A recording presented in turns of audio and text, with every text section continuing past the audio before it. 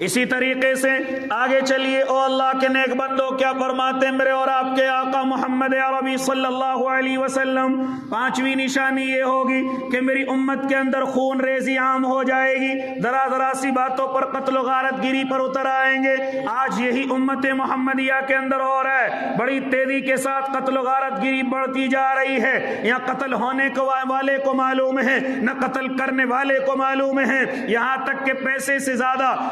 پیسہ زیادہ اہمیت والا ہو گیا۔ انسان کی جان کوئی اہمیت والی نہیں، انسان کی کوئی قدر و منزلت نہیں۔ فرماتے میرے اور آپ کے آقا، میری امت میں خون ریزی عام ہو جائے گی، میری امت خون ریزی پر اتر آئے گی اور ذرا ذرا سی باتوں پر قتل کرے گی۔ اسی طریقے سے اور سنیے پانچویں نشانی، فرماتے میرے اور آپ کے آقا کہ میری امت کے لوگ اونچی اونچی بلڈنگیں بنائیں گے، اونچی اونچی بلڈنگیں بنائیں گے، اونچے اونچے گھر بنائیں گے۔ ہاں، یہ گھر ان کی ضرورت کی وجہ سے نہیں ہوں گے، یہ گھر ان کی بناوٹ کی وجہ سے ہوں گے، ان کے گھمنڈ کی وجہ سے ہوں گے، ان کے تکبر کی وجہ سے ہوں گے، رشتہ داروں میں اپنی بھے بٹھانے کے لیے ہوں گے، اپنی عزتوں کے لیے ہوں گے۔ یہ گھر ان کی ضرورت نہیں ہوں گے، بلکہ یہ اونچے گھر ان کے نام و نمود کے لیے ہوں گے۔ ایک ضرورت کی چیز ہے، کئی بھائی ہیں، ایک نے اوپر بنا لیا، ایک نے اس سے اوپر بنا لیا، ایک نے اس سے اوپر بنا لیا، یہ ضرورت کی چیز ہے۔ لیکن ایک گھر میں 2-3 آدمی ہیں اور اس نے کئی منزل اپنے گھر کو سجایا ہوا ہے، کیا ضرورت ہے تجھے اتنے بڑے مکان کی؟ اور ہم کتنے نقصان کی طرف جا رہے ہیں۔ ہونی چاہیے تھی زمین ہمارے پاس زیادہ، کھیتی کی زمین ہمارے پاس زیادہ، اس سے ہم نکال کر کے اللہ کے راستے میں خرچ کرتے، غریبوں پر خرچ کرتے۔ لیکن پتہ نہیں کیا ہو گیا امت محمدیہ کو کہ اپنی کھیتوں کی زمین بیچ کر کے شہروں کے اندر بلڈنگیں بڑی اونچی اونچی بنا رہے ہیں۔ یاد رکھنا، یہ اب تو مجھے اور آپ کو ایک شیخ ہی لگ رہی ہے، ایک بڑا ہی لگ رہی ہے، ایک بڑا پن لگ رہا ہے، لیکن یاد رکھنا جو حضرات بھی اپنی زمینوں کو بیچ کر کے اونچی بلڈنگیں بنا رہے ہیں، کل ان کی اولادیں بڑی پریشانیوں کے اندر آنے والی ہیں، کل ان کی اولادیں بڑی پریشانیوں کے اندر آنے والی ہیں۔ زمینیں آدمی کاٹ کر کے ایک کو دے دے، دوسرے کو دے دے، سب کے گھر بن جائیں، لیکن ان مکانوں کو جو کئی منزل چڑھا رہے ہیں، کہاں سے اپنے بیٹے کو دے گا، کہاں سے اپنی اولاد کو اس میں سے دے گا؟ لیکن نہیں سمجھتے ہمارے حضرات۔ خیر، میرے اور آپ کے آقا محمد عربی نے آج سے 1400 سال پہلے فرما دیا تھا، میری امت اونچی اونچی بلڈنگ بنا کر کے فخر محسوس کرے گی۔ اور آج ہمارے گھر ضرورت کے لیے نہیں، فخریہ ہو چکے ہیں، گھمنڈ اور تکبر کے لیے ہو چکے ہیں۔ برادری میں اونچا نام ہو جائے اس لیے گھر بڑے اونچے اور عالیشان بن رہے ہیں، چاہے قرضہ ہو جائے، چاہے بینک کا قرضہ ہو یا رشتہ داروں کا قرضہ ہو، لیکن مجھے تو گھر بڑا اونچا بنا کر کے لے کر کے چلنا ہے، گھر میں اچھی چیزیں لگانی ہیں، چاہے بینک والا آ کر کے آنے والے مہینے میں اس کو نیلام کر دے، کوئی پرواہ نہیں۔ آج بڑی تیزی کے ساتھ امت محمدیہ اونچے اونچے مکانوں کی طرف بڑھنے لگی ہے، اونچے اور خوبصورت، اور ان کو خوبصورت بنانے کے لیے ہاں کسی سے قرضہ لینا پڑے کوئی پرواہ نہیں، بینک سے قرضہ لینا پڑے کوئی پرواہ نہیں۔ امت محمدیہ بڑی تیزی کے ساتھ اس آپس کی مہم میں آگے بڑھ رہی ہے کہ میرے پڑوسی نے ایسا بنایا، اس سے اونچا بناؤں گا، اس سے خوبصورت بناؤں گا، چاہے مجھے کسی سے قرضہ لینا پڑے، بینک سے لینا پڑے، چاہے رشتہ داروں سے لینا پڑے۔ یہ سب قیامت کی نشانیاں ہیں۔ ایک زمانہ تھا جب لوگ مسجدوں سے اونچے اپنے گھر نہیں بنایا کرتے تھے، آج مسجدیں نیچی پڑ گئی، گھر اونچے ہیں، ضرورت کی وجہ سے نہیں، فخر کی وجہ سے، ضرورت کی وجہ سے نہیں، گھمنڈ کی وجہ سے۔ حالانکہ اگر نیت ٹھیک ہے تو گھر اچھا بنا لے، میں نے پہلے بھی کہا تھا کوئی گناہ نہیں ہے، آپ کے پاس گنجائش ہے، کسی کا قرضہ نہیں ہے، آپ لینٹر کا مکان بنائیے، اس میں پلسٹر لگائیے، کسی کا قرضہ نہیں ہے، ٹیل اور پتھر سے اس کو آراستہ کیجیے، کسی کا قرضہ نہیں ہے، بچوں کے لیے اے سی کولر کا انتظام کیجیے، کوئی گناہ شریعت کے اندر نہیں ہے۔ پھر گناہ کب ہوتا ہے؟ جب یہ ہمارے مکان ضرورت نہیں بلکہ ہمارے مکان نمائش بن جائیں۔ ہم دعوتیں بھی اس لیے کرتے تاکہ آنے والے رشتہ دار میرے مکان کو دیکھیں، میرے زینے کے پتھر کو دیکھیں، میرے کمرے کے پتھر کو دیکھیں، اور باقاعدہ گھر کا مالک رشتہ داروں کو لے کر کے چلتا ہے، میں یہ پتھر وہاں سے لایا، میں یہ فلاں جگہ سے لایا، یہ اتنا مہنگا ہے، یہ ٹیل جو سامنے دیکھ رہے ہیں یہ اتنی مہنگی ہے، یہ فلاں دکان سے آئی ہے، اس کا خرچ اتنا ہے، یہ وارنٹی میں، یہ گارنٹی میں ہے، یہ تمام چیزیں ہم رشتہ داروں کے سامنے بیان کرتے۔ اس کا مطلب یہ ہے کہ تیرا مکان ضرورت کا نہیں ہے، تیرا مکان تو نمائش ہے۔ اس لیے غریب رشتہ داروں کی دعوت کرتا ہے۔ او اللہ کے نیک بندے، میرے اور آپ کے آقا محمد عربی پہلے ہی کہہ کے جا چکے میری امت ان فتنوں کے اندر مبتلا ہوگی۔ ہونا تو یہ چاہیے ہم آ کر کے دکھائیں، دیکھو ہماری مسجد میں یہ ہے، ہماری مسجد کے اندر یہ لگ رہا ہے، ہماری مسجد کے اندر یہ ہو رہا ہے، لیکن نہیں، ہمیں تو اپنے گھر کی زیادہ نمائش کرنی ہے، ہمیں تو اپنے گھر کو زیادہ خوبصورت بنانا ہے۔ مسجد گڑھے میں چلی جائے کوئی پرواہ نہیں، میں کئی شہر کی کئی مسجدوں کے اندر گیا، مسجدیں گڑھے کے اندر جا چکی ہیں، ان کے پاس بھراؤ کے پیسے نہیں، ان کے پاس ان کو اچھا اونچا کرنے کے پیسے نہیں، لیکن انہی کے برابر میں ہم نے مکان دیکھے بڑے خوبصورت ہیں، بڑے اونچے ہیں۔ ایک وقت وہ تھا کہ آدمی اس چیز کو گناہ سمجھتا تھا کہ میرا مکان مسجد سے اونچا ہو جائے، میرا مکان مسجد سے اوپر چلا جائے، اس چیز کو غلط سمجھتا تھا، لیکن آج اس فخر نے مسجدوں کو ڈبو دیا اور گھروں کو اونچا کر دیا۔ کوئی پرواہ نہیں ہمیں ذرا سی۔ اس لیے اللہ کے نیک بندوں فرماتے میرے اور آپ کے آقا محمد عربی میری امت کے لوگ اونچے اونچے مکان بنائیں گے، اونچی اونچی بلڈنگیں بنائیں گے، یہ بھی فتنوں کے دور کی نشانیاں ہوں گی۔ ایک صاحب ہے، میں ان کا نام تو نہیں آپ کو بتلاؤں گا، لیکن پتہ نہیں لوگوں کو کیا ہو گیا، وہ بیچارے اپنے مکان کو بنوا رہے ہیں، اوپر سے اینٹ آ کر کے گری ہے، وہ ذرا سے بچ گئے، لیکن کیا کہہ رہے ہیں، اللہ میں تجھ سے درخواست کرتا ہوں اس مکان کو بننے دے، اس مکان کو بننے دے، جب یہ مکان بن جائے تو جب چاہے کچھ ہی کر لینا۔ یہ ایسی عادت ہمارے لوگوں کی ہو گئی ہے، یعنی کہ مکان بنانا کامیابی سمجھ رہے ہیں، کوئی قبر کے عذاب کی پرواہ نہیں، کوئی جہنم کی پرواہ نہیں، بس اس دنیا کی کامیابی اگر مسلمانوں کی چھپی ہوئی ہے تو صرف مکان میں چھپی ہوئی ہے۔ تو آج بات کرتا ہے میرے آقا 1400 سال پہلے کہہ کے جا چکے ہیں، میری امت کے لوگ ان مکانوں کی اونچائی اور خوبصورتی کے فتنوں میں مبتلا ہو جائیں گے۔ نہ جانے کتنے قرضے میں ڈوبے ہوئے، مکان خوبصورت ہے لیکن گھر میں روٹی روزی کا معلوم کریں، گھر میں بچوں سے معلوم کریں کیا بنتا ہے تیرے گھر کے اندر، کیا بنتا ہے، تو کہتا ہے آج صبح چٹنی سے کھائی تھی، دوپہر آلو سے کھائی تھی اور شام فلا چیز سے کھائی تھی، حلیم لے کر کے آئے تھے۔ یعنی صرف مکان خوبصورت ہے، نہ بچوں کے کپڑے اچھے ہیں، نہ بچوں کے لیے دسترخوان اچھا ہے، نہ بیوی کے لیے کھانے پینے کی چیزیں اچھی ہیں، یہاں تک کہ اس